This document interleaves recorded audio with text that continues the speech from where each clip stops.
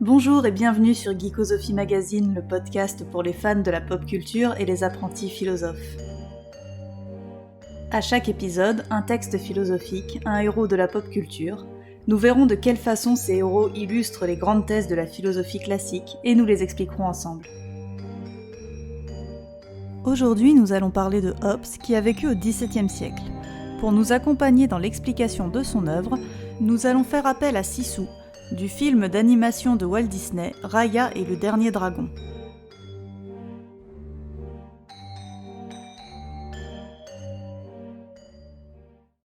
L'histoire de Raya et le dernier dragon se passe à Kumandra, une terre prospère où les humains et les dragons vivent en harmonie. Mais une force maléfique, le Drûn, apparaît et transforme les êtres vivants en pierre. Les dragons se sacrifient pour mettre leur énergie dans une pierre appelée pierre du dragon, qui permet au dernier d'entre eux encore vivant, Sisu, de repousser le Drûn. La pierre du dragon sera gardée par une des 5 tribus de Kumandra, la tribu de Cœur. 500 ans après ces événements, Namari, chef héritière de la tribu de Crow, tente de voler la pierre de dragon et une bataille éclate, pendant laquelle la pierre est détruite. Le Drûn réapparaît alors que chacune des 5 tribus vole un fragment de pierre et fuit pour ne pas être détruit. Raya est sauvée par son père qui la jette dans la rivière, car le Drûn craint l'eau. 6 ans plus tard, Raya, qui possède l'un des 5 fragments, recherche Sisu, le dernier dragon, et parvient à la réveiller pour partir à la recherche des 4 autres fragments de la pierre. Sisu constate vite à quel point la situation est dramatique. Le Drûn est de retour, chaque tribu se terre dans sa zone en s'entourant d'eau pour lui échapper, et Raya ne fait confiance à personne. Alors qu'il ne leur reste que le dernier fragment à récupérer, celui de la tribu de Crow, Sisu est accidentellement tué par Namari et tombe dans la rivière. L'eau commence alors à disparaître et le Drûn peut se ruer sur la tribu de Crow, dernière qui était encore protégée grâce à l'eau qui l'entourait. Les fragments commencent à perdre de leur puissance et Raya comprend que le seul moyen est de les rassembler, mais personne n'accepte de céder son fragment aux autres, en particulier à Namari. Raya décide de faire le premier pas, donne son fragment à Namari et laisse le Drûn la pétrifier comme les dragons l'ont fait autrefois. Les morceaux enfin rassemblés, la pierre du dragon peut de nouveau repousser le Drûn et sauver Kumandra.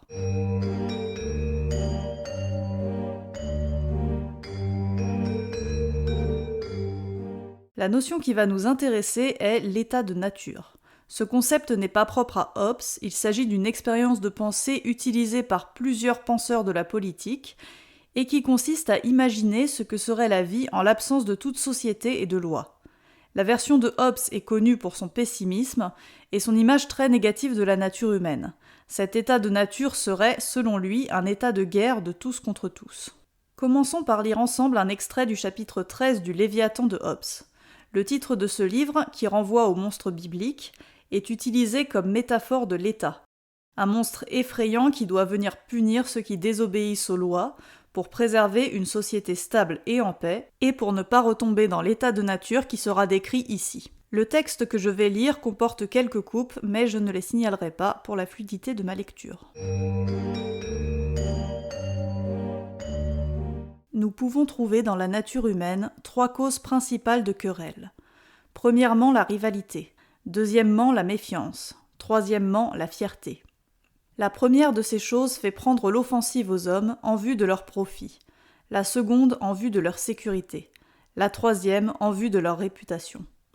Il apparaît clairement par là qu'aussi longtemps que les hommes vivent sans un pouvoir commun qui les tienne tous en respect, ils sont dans cette condition qui se nomme guerre, et cette guerre est guerre de chacun contre chacun. C'est pourquoi toutes les conséquences d'un temps de guerre où chacun est l'ennemi de chacun se retrouvent aussi en un temps où les hommes vivent sans aucune autre sécurité que celle dont les munissent leur propre force ou leur propre ingéniosité. Dans un tel état, il n'y a pas de place pour une activité industrieuse parce que le fruit n'en est pas assuré. Et conséquemment, il ne s'y trouve ni agriculture, ni navigation, ni usage des richesses qui peuvent être importées par la mer. Pas de connaissance de la face de la terre, pas d'évaluation du temps, pas d'art, pas de lettres, pas de société. Et ce qui est le pire de tout, la crainte et le risque continuel d'une mort violente. La vie de l'homme est alors solitaire, besogneuse, pénible, quasi animale et brève. Hobbes n'a pas une vision très optimiste de la nature humaine, et c'est pour cette raison, entre autres, que son hypothèse de l'état de nature est particulièrement connue. Avant toute réflexion politique, il faut réfléchir ainsi à la nature humaine. En effet, nos conclusions sur la façon d'organiser une société ne seront pas les mêmes si nous considérons que l'homme est naturellement bon ou qu'il est naturellement mauvais. Dans le cas de Hobbes, l'homme est mauvais par nature, et c'est pour cette raison qu'il aura besoin d'un État strict et puissant pour maintenir l'ordre. Cependant, la réflexion sur l'État léviathan de Hobbes n'est pas ce qui nous intéresse aujourd'hui, puisque nous allons nous intéresser justement à ce qui se passe hors de toute société politique. Dès le début, il pose que la querelle ou le conflit fait partie de la nature humaine. Ce conflit, il l'observe très bien puisqu'à son époque, l'Angleterre est déchirée par les transformations politiques et la guerre civile. C'est dans ce contexte qu'il écrit d'ailleurs son œuvre. C'est en cherchant à expliquer la cause de ces conflits qu'il en vient à isoler ces 3 points, la rivalité, la méfiance et la fierté. Pour cet épisode sur Raya et le dernier dragon, vous l'avez probablement compris, on va surtout s'intéresser au deuxième point, c'est-à-dire la méfiance. Un mot d'abord sur les 2 autres, à commencer par la rivalité, c'est-à-dire ici le fait de vouloir posséder plus que les autres. Tous les hommes sont naturellement rivaux, parce qu'ils ont tous besoin des mêmes choses, et chacun doit s'en emparer avant les autres pour sa survie. À cela s'ajoute le problème de la fierté, qui désigne le fait de vouloir être considéré comme meilleur que les autres. Les 2 vont ensemble en réalité, puisque, logiquement, si j'ai une bonne réputation, c'est-à-dire une réputation qui me désigne comme quelqu'un de puissant, les autres seront moins tentés d'être en rivalité avec moi. Mais ce qui conduit vraiment à un état de guerre perpétuelle de tous contre tous, c'est le deuxième point qui est central, la méfiance. Chacun se méfie des autres, justement parce que chacun sait que les autres sont aussi en rivalité avec lui et ont leur fierté. La méfiance est ce qui va, à la fois dans l'état de nature de Hobbes et à Kumandra, dans Raya, rendre impossible tout état de paix. Comme je sais à chaque instant qu'autrui risque de m'attaquer pour me voler ma nourriture ou mes autres biens, je vais me méfier de lui. Et pour ne pas être la victime, pour ne pas laisser aux autres l'occasion de m'attaquer les premiers, je vais prendre les devants et être celui qui attaque. Cela rejoint également la fierté, je veux une bonne réputation et pour cela je dois m'imposer. Telle sera donc, selon Hobbes, la condition de l'être humain en dehors de la société. En plus d'être un état de guerre et de crainte permanente, il ajoute qu'aucun progrès humain ne serait possible.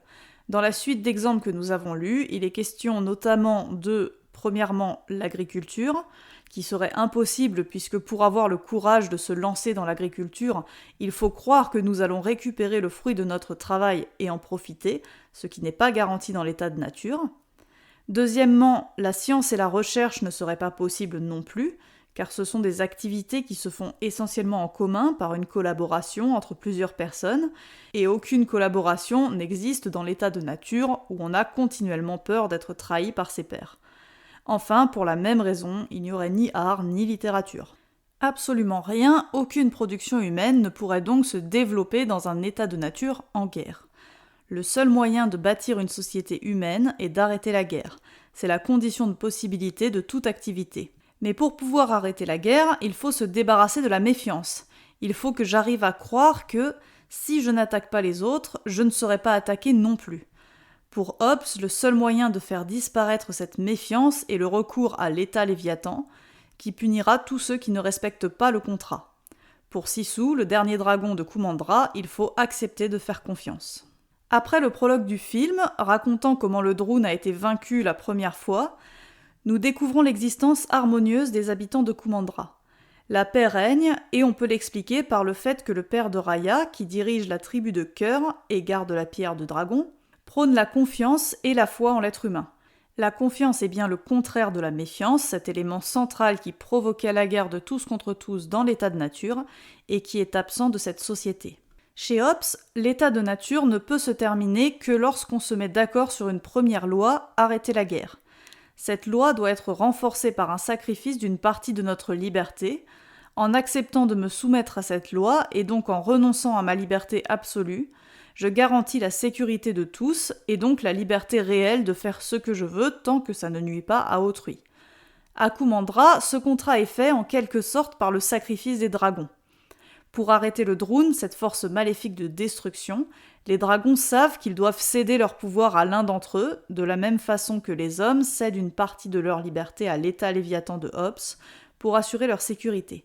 Les dragons abandonnent donc leur puissance et choisissent de remettre tout leur pouvoir entre les mains de Sisu, lui faisant assez confiance pour se débarrasser du Droun.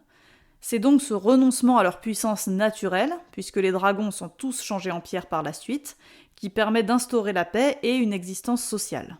Tant que la confiance prime sur le reste, les tribus vivent en paix. C'est une trahison qui va être l'élément perturbateur du film, la trahison de Namari. Rappelons rapidement les faits. Namari, fille de la chef de la tribu de Crocs, sympathise avec Raya dans le but d'approcher la pierre du dragon et de la voler pour la ramener dans sa tribu. Cet acte de trahison va détruire la confiance de Raya en les autres, alors que son père lui a toujours enseigné l'attitude contraire. Vient alors le retour du Droun et la fin de l'existence harmonieuse. Une fois que la méfiance est de retour, la crainte perpétuelle qui caractérise l'état de guerre de tous contre tous est à nouveau ressentie. On peut le voir dans une scène durant laquelle Namari, après avoir découvert que Sisu était revenu, essaie de convaincre sa mère de donner son fragment à Raya afin qu'elle puisse détruire le Droun. Bien sûr, comme tout le monde, la mère de Namari veut le retour de la paix pour cesser de craindre le Droun, mais elle craint encore plus les autres tribus. Si elle donne son fragment, alors elle sera désarmée. Et comme leur tribu est responsable de la destruction initiale de la pierre, elle craint que toutes les autres ne cherchent ensuite à se venger et ne les attaquent. Pour éviter d'être la victime, elle refuse de collaborer et cherche plutôt à récupérer les 4 autres fragments pour être celle qui détiendra la puissance du dragon. Pour ne pas se faire attaquer, il faut attaquer le premier. Tel est le fonctionnement exact de l'état de nature décrit par Hobbes dans le Léviathan. Mais aucune paix n'est possible sous cette méfiance. Il faut absolument pouvoir faire confiance, comme le répète Sisu depuis son réveil. Pendant un dialogue avec Raya, cette dernière lui dit que plus personne n'ose faire confiance parce que le monde va mal. Sisu répond que c'est plutôt parce que personne ne fait confiance que le monde va mal. Les faits lui donneront raison, puisque c'est cette méfiance qui va conduire à sa mort. Alors que Sisu s'avance vers Namari, confiante, Raya ne peut s'empêcher d'attaquer Namari par sécurité. À cause de cette attaque, Namari panique et lâche sa flèche qui se plante dans le cœur de Sisu. L'eau commence alors à disparaître et le Droun envahit la tribu de Crocs, qui était la dernière à être protégée par le fleuve. Inversement, c'est parce que Raya, comme les dragons originels, accepte de refaire confiance et donne son fragment à Namari, que le Droun, ou l'état de nature, pourra être détruit et la paix revenir entre les 5 tribus. C'est terminé pour aujourd'hui, merci d'avoir écouté Geekosophie Magazine. Pour plus d'analyse philosophique des films de Disney et Pixar, je vous invite à aller voir mon livre « Il en faut peu pour philosopher ». Vous trouverez les liens dans la description de l'épisode. Je vous souhaite à tous une très bonne journée et à bientôt sur Geekosophie Magazine.